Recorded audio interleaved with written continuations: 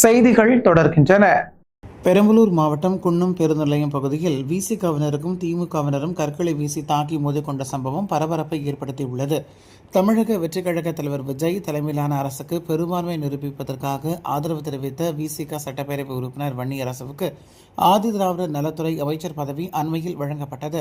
இதற்கு திமுகவினர் தரப்பில் கடும் எதிர்ப்பு கிளம்பியுள்ள நிலையில் திமுக துணை பொதுச் செயலாளரும் நீலகிரி மக்களவைத் தொகுதி உறுப்பினருமான ராசா தனது சமூக இணையதள பக்கத்தில் என் வீட்டு தோட்டத்து தென்னை கூனி விளைந்து எதிர் வீட்டுக்கு இளநீர் தந்தால் இலக்கியத்தில் அதற்கு பெயர் முடத்தெங்கு, அரசியலில் அதற்கு என்ன பெயர் சூட்டலாம் என்றும், அதனைத் தொடர்ந்து முன் ஏற தரப்பட்ட எனியும் மூட சாதியை நொறுக்க வேண்டிய சிறுத்தையும் வெறும் விசில் சத்தத்திற்கு முட்டுக் கொடுக்க வேண்டுமென்றால் பூ முடித்தவனை புறந்தள்ளி புணர்ச்சிக்கு வேறிடம் தேடுவதில் தவறில்லை. பெரியாரின் காலதேச வர்த்தமானத்திற்கு காத்திருப்போம் என்றாலும் களமாடவும் வெற்றி நமக்கே என பதிவிட்டிருந்தார். இதற்கு விசிக சார்பில் கடும் எதிர்ப்பு கிளம்பிய நிலையில் ராசாவை கண்டித்து பெரம்பலூர் மாவட்டம் குன்னம் பேருந்து நிலைய பகுதியில் விசிக தரப்பில் ஆர்ப்பாட்டம் நடத்த அனுமதி கேட்கப்பட்டிருந்தது. அதேபோல திமுகவினரும் ராசாவை தரக்குறைவாக பேசி குன்னம் தொகுதி விசிக மாவட்ட செயலாளர் அன்பானந்தத்தை கண்டித்து அதே இடத்தில் ஆர்ப்பாட்டம் நடத்த திமுக இளைஞரணி சார்பில் அனுமதி கேட்டிருந்தனர். இரு தரப்பினரும் அனுமதி கேட்டிருந்ததால் இருவருக்கும் அனுமதி மறுத்த போலீசார் ஆர்ப்பாட்டம் நடத்தக்கூடாது என தடை விதித்திருந்தனர். இந்நிலையில் போலீசாரின் தடையை மீறி இரு தரப்பினரும் செவ்வாய்க்கிழமை எதிரெதிர் திசையில் நின்றிருந்தனர். அப்போது இரு தரப்பினரையும் போலீசார் கலைந்து செல்லுமாறு அறிவுறுத்தி கொண்டிருந்தனர். இந்நிலையில் திமுகவினர் இருசக்கர வாகனத்தில் முழக்கமிட்டவாறு ஆரவாரம் செய்து கொண்டு சாலையில் சென்றதால் இரு தரப்பினருக்கிடையே திடீரென மோதல் ஏற்பட்டது. அப்போது ஒருவருக்கொருவர் தாக்கிக் கொண்டு கற்களையும் கட்டைகளையும் எடுத்து வீசிக்கொண்டதால் பரபரப்பும் பதட்டமும் ஏற்பட்டது. அதிமுகவை சீண்டி பார்க்க வேண்டாம் என தாவேகாவுக்கு அதிமுக ஐடி விங் பதில் அளித்துள்ளது. இதுகுறித்து அதிமுக ஐடி விங் தெரிவித்திருக்கும் செய்தியில், தாவேகா ஆச்சரியக்குறிகளை இப்போதான் ஃபர்ஸ்ட் டைம் கவர்மெண்ட் ஃபார்ம் பண்ணி சீட்ல உட்கார்ந்துருக்கீங்க. அதுக்குள்ள 50 வருஷ வரலாறு இருக்கிற அதிமுகவை பார்த்து விரல் நீட்டுகிறதா எனவும், தலைமைச் செயலகத்தில் சபாநாயகரை பார்த்து முறைப்படி ராஜினாமா லெட்டர் கொடுக்கலாம், ஆனால் ராஜினாமா செஞ்சு அடுத்த நிமிஷமே உங்க அமைச்சரை பார்த்து இணைப்பு விழா நடத்தக்கூடாது எனவும், தார்மீக பொறுப்புன்னு சொன்னா சபாநாயகர் கிட்ட போயிருக்கணும், அமைச்சர் எதுக்கு சந்திக்கிறோம், இதுதான் நீங்க சொல்ற சுய விருப்பமா இல்ல, பதவி மற்றும் பவருக்கு அமைச்சு பின்னால நடந்த பிளாக் டோர் டீலா என அடுக்கடுக்கான கேள்விகள் எழுப்பப்பட்டுள்ள நிலையில் குதிரை பேரம் இப்போ கிளியரா மக்களுக்கு வெட்ட வெளிச்சமாக்கிடுச்சு. பாஸ் எனவும் தேர்தலில் ஜெயிக்கிறதும் தோக்குறதும் சகஜம்தான். கட்சி ஆரம்பிச்சு இப்போதான் ஃபர்ஸ்ட் கியர் மாற்றி இருக்கீங்க. உங்கள் கொள்கை என்ன, நீங்கள் மக்களுக்கு என்ன பண்ண போறீங்கிறத மட்டும் பாருங்க. அதை விட்டுட்டு அரை நூற்றாண்டு காலமாக மக்கள் மனசில் சிம்மாசனம் போட்டு உட்கார்ந்துருக்க அதிமுகவை சீண்டி பார்த்து சீப் பப்ளிசிட்டி தேடாதீங்க. ஆட்சிக்கு வந்ததுல இருந்து இதுவரைக்கும் நடந்த பிரச்சனைகள் எதுக்குமே மக்களை சந்தித்து பதில் சொல்லலை.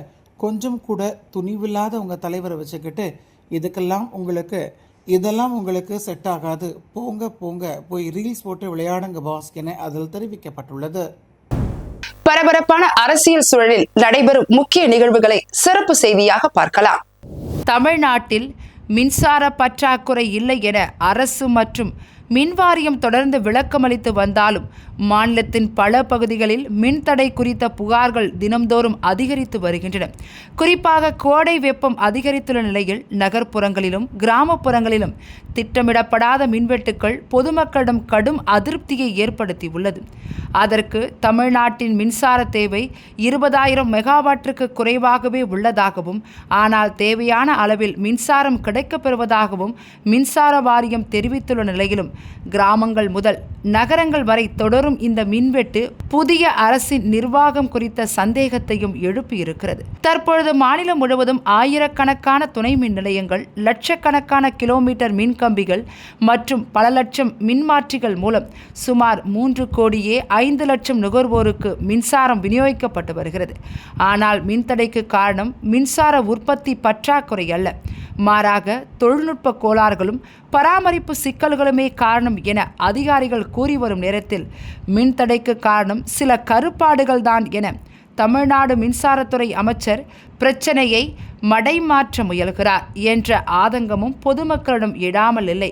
இது எல்லாம் ஒரு பக்கம் இருந்தாலும் சென்னை, மதுரை, திருச்சி, கோவை போன்ற மெட்ரோ சிட்டிகளை சுற்றிலும் வேகமாக வளர்ந்து வரும் புறநகர் பகுதிகளில் புதிய குடியிருப்புகள் மற்றும் வணிக வளாகங்கள் அதிகரித்துள்ளதால் பழைய மின் விநியோக கட்டமைப்பு மீது அதிக அழுத்தம் ஏற்பட்டுள்ளதாகவும் கூறப்படுகிறது.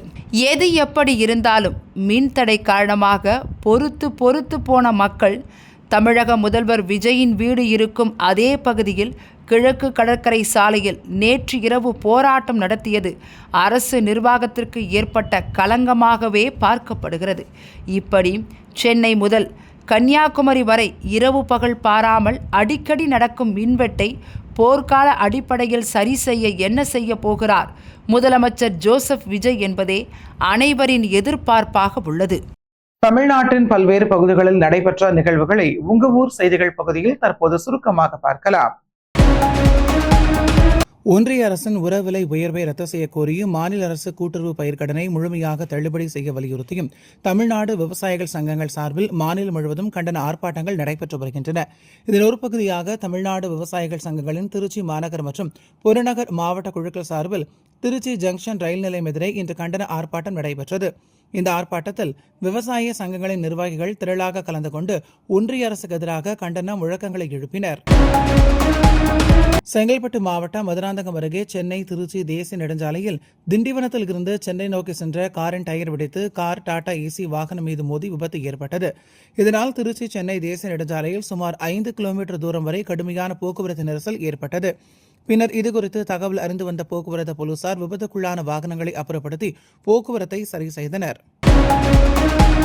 தஞ்சையில் தமிழ்நாடு விவசாயிகள் சங்கங்களின் சார்பில் தஞ்சை தலைமை தபால் நிலையம் முன்பு கண்டன ஆர்ப்பாட்டம் நடைபெற்றது. இந்த ஆர்ப்பாட்டத்தில் மத்திய அரசு உரவிலை உயர்வை உடனே ரத்து செய்ய வேண்டும், தமிழக அரசு கூட்டுறவு பயிர்க்கடனை முழுமையாக தள்ளுபடி செய்ய வேண்டும், தமிழக அரசால் அறிவிக்கப்பட்டுள்ள பயிர்க்கடன் தள்ளுபடியால் விவசாயிகளுக்கு பயனில்லை, தேர்தல் அறிக்கையில் கூறியவாறு பயிர்க்கடனை நிலத்தின் அடிப்படையில் தள்ளுபடி செய்ய வேண்டும் உள்ளிட்ட கோரிக்கைகளை வலியுறுத்தி விவசாயிகள் கண்டன கோஷம் எழுப்பி ஆர்ப்பாட்டத்தில் ஈடுபட்டனர். இதில் தமிழ்நாடு விவசாய சங்க பொது செயலாளர் மாசிலாமணி, மாவட்ட செயலாளர்கள் கண்ணன், பாஸ்கர் உள்ளிட்ட நிர்வாகிகள், விவசாயிகள் ஏராளமானோர் கலந்து கொண்டனர். புதுச்சேரி வழுதாவூர் சாலையில் சென்ற டெம்போ வாகனம் சிறிய பள்ளத்தில் இறங்கிய போது அதன் முன் சக்கரம் திடீரென பழுதடைந்ததால் விபத்து ஏற்பட்டது. இதில் டெம்போவில் பயணம் செய்த சிலர் காயமடைந்ததாகவும் தகவல் வெளியாகியுள்ளது. புதுச்சேரி மாநிலத்தில் அதிக சுற்றுலா பயணிகள் அதிக அளவில் வருவதால் குறுகிய தூர போக்குவரத்திற்காக டெம்போக்கள் அதிகமாக இயக்கப்பட்டு வருகின்றன.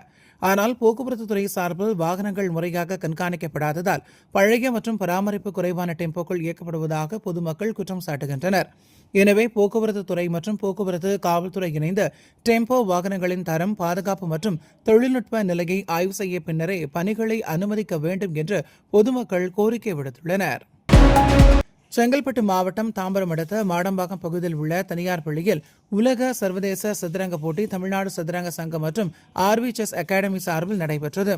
இந்த போட்டியில் ஓபன் முறையிலான போட்டியில் 5 வயது முதல் 71 வயது உள்ளோரின் பங்கேற்புடன் 9 சுற்றுகள் அடிப்படையில் சுவிஸ் முறையில் நடைபெற்றது.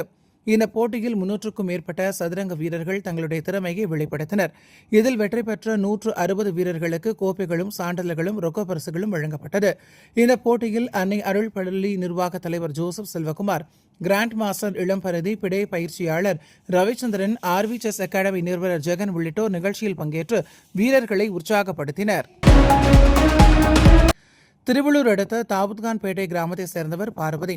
80 வயதான மூதாட்டியான இவர் கணவனை இழந்து கடந்த 35 ஆண்டுகளுக்கு மேலாக தனியாக வசித்து வருகிறார். இந்நிலையில் விடியற் காலையில் 35 வயது மதிக்கத்தக்க வாலிபர் ஒருவர் குடிபோதையில் அவரது வீட்டிற்குள் புகுந்து அவரை பாலியல் பலாத்காரம் செய்ய முயன்றுள்ளார். அப்போது அந்த மூதாட்டி வீட்டில் வைத்திருந்த கும்பால் அந்த வாலிபரை சரமாரியாக தாக்கியுள்ளார்.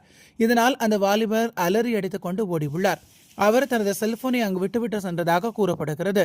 இதனையடுத்து செல்போனை எடுக்க வந்த இளைஞர் வருவதை அறிந்த மூதாட்டியின் உறவினர்கள் இளைஞர் வருவதை அறிந்து அவரை மடக்கி பிடித்து திருவள்ளூர் டவுன் காவல் நிலையத்தில் ஒப்படைத்தனர். போலீசார் அவரிடம் மேற்கொண்ட விசாரணையில் சேலை கிராமத்தைச் சேர்ந்த பாளையம் மகன் குமரேசன் என்பதும் பெயிண்டரான இவர் குடிபோதையில் பாலியல் பலாத்காரம் செய்ய முயன்றதும் தெரிய வந்தது. இதனையடுத்து அவரை கைது செய்த போலீசார் விசாரணை நடத்தி வருகின்றனர்.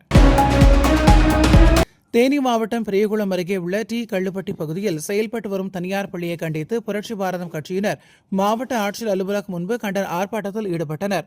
1ஆம் வகுப்பு முதல் 12ஆம் வகுப்பு வரை உள்ள இந்த தனியார் பள்ளியில் 2024-25ஆம் கல்வியாண்டில் மத்திய அரசின் 25 விழுக்காடு இலவச கல்வி உரிமை திட்டத்தை முறையாக நடைமுறைப்படுத்தாமல் முறைகேடுகளில் ஈடுபட்டுள்ளதாக கூறி ஆர்ப்பாட்டத்தில் ஈடுபட்டனர். மேலும் தனியார் பள்ளியில் பெண் ஆசிரியர்கள் மற்றும் மாணவர்களை அவதூறாக ஒருமையில் பேசுவதாகவும் குற்றச்சாட்டு தெரிவித்தனர். இதுகுறித்து முறையாக ஆய்வு செய்யாத மாவட்ட கல்வி அலுவலரை கண்டித்து துறை ரீதியான நடவடிக்கை எடுக்க வலியுறுத்தி ஆட்சியர் அலுவலகம் முன்பு கண்டன கோஷங்களை எழுப்பி ஆர்ப்பாட்டத்தில் ஈடுபட்டனர். நாகை மாவட்டம் வேதாரண்யம் அடுத்த கோடியக்கரையில் இருந்து நேற்று பாலமுருகன் என்பவருக்கு சொந்தமான ஃபைபர் படகில் மீன்பிடிக்க சென்ற 4 மீனவர்கள் கோடியக்கரை அருகே நள்ளிரவு 12 மணி அளவில் மீன்பிடித்துக் கொண்டிருந்த போது காற்றில் கடல் வேகத்தால் படகு கவிழ்ந்து விபத்துக்குள்ளானது. இதில் கடலில் தத்தளித்த 4 மீனவர்களில் 3 பேரை மட்டும் மீட்ட நிலையில் காற்றின் வேகத்தால் கடலில் அடித்து செல்லப்பட்ட அன்புச்செல்வன் என்பவரை தேடும் பணியில் ஈடுபட்டு வருகின்றனர். திருவள்ளூர் மாவட்ட ஆட்சியர் அலுவலகத்தில் மாவட்ட அளவிலான விவசாயிகள் குறைதீர்க்கும் கூட்டம் காலை மாவட்ட ஆட்சியர் பிரதாப் தலைமையில் நடைபெற்றது.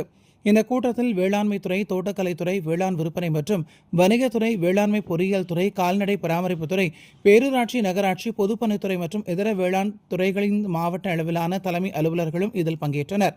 திருவள்ளூர் மாவட்டத்தில் உள்ள அனைத்து விவசாய பெருமக்களும் விவசாயிகளும் இதில் கலந்து கொண்டனர். பக்ரீத் பண்டிகையொட்டி தருமபுரி மாவட்டத்தில் உள்ள பிரபல ஆட்டு சந்தையான பெண்ணாகரம் ஆட்டு சந்தையில் ஆடு விற்பனை நடைபெற்றது. இதில் ஆடுகளின் தரத்திற்கு ஏற்றாற்போல் 5000 ரூபாய் முதல் 40,000 ரூபாய் வரை ஆடுகள் விற்பனையானதால் வியாபாரிகள் பெரும் மகிழ்ச்சி அடைந்தனர். கள்ளக்குறிச்சி மாவட்ட ஆட்சியர் அலுவலகத்தில் பொதுமக்கள் குறைதீர்ப்பு நாள் கூட்டம் மாவட்ட ஆட்சியர் பிரசாத் தலைமையில் நடைபெற்றது. இந்த கூட்டத்தில் வருவாய் அலுவலர் ஜீவா மற்றும் அனைத்து துறை அலுவலர்கள் ஏராளமானோர் கலந்து கொண்டனர். இதில் பல நூற்றுக்கணக்கான பொதுமக்கள் கலந்து கொண்டு தங்களது கோரிக்கைகள் அடங்கிய மனுவை மாவட்ட ஆட்சியரிடம் மற்றும் துறை சார்ந்த அதிகாரிகளிடம் வழங்கினர். திருவாரூர் மாவட்டம் திருத்துறைப்பூண்டி நகர பகுதியில் புதிய பேருந்து நிலையத்தில் அமைக்கப்பட்டிருந்த டாஸ்மாக் கடை அகற்ற அரசு உத்தரவிட்டது. அதனைத் தொடர்ந்து பூண்டுவெளி நகர் கிழக்கு பகுதிக்குட்பட்ட கிழக்கு கடற்கரை சாலைக்கு அந்த டாஸ்மாக் கடை மாற்றப்பட்டது.